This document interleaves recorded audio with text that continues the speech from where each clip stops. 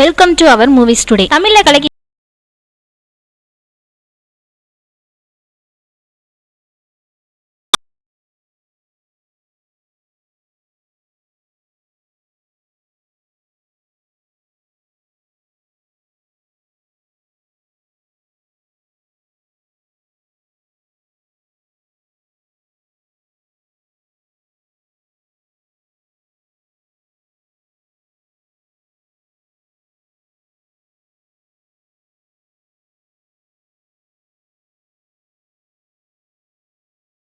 தனுஷ் ஹிந்தில நடிக்கிறதுக்கு ஒரு வாய்ப்பு கிடைச்சு அதுலயும் நல்லாவே நடிச்சிருந்தாரு.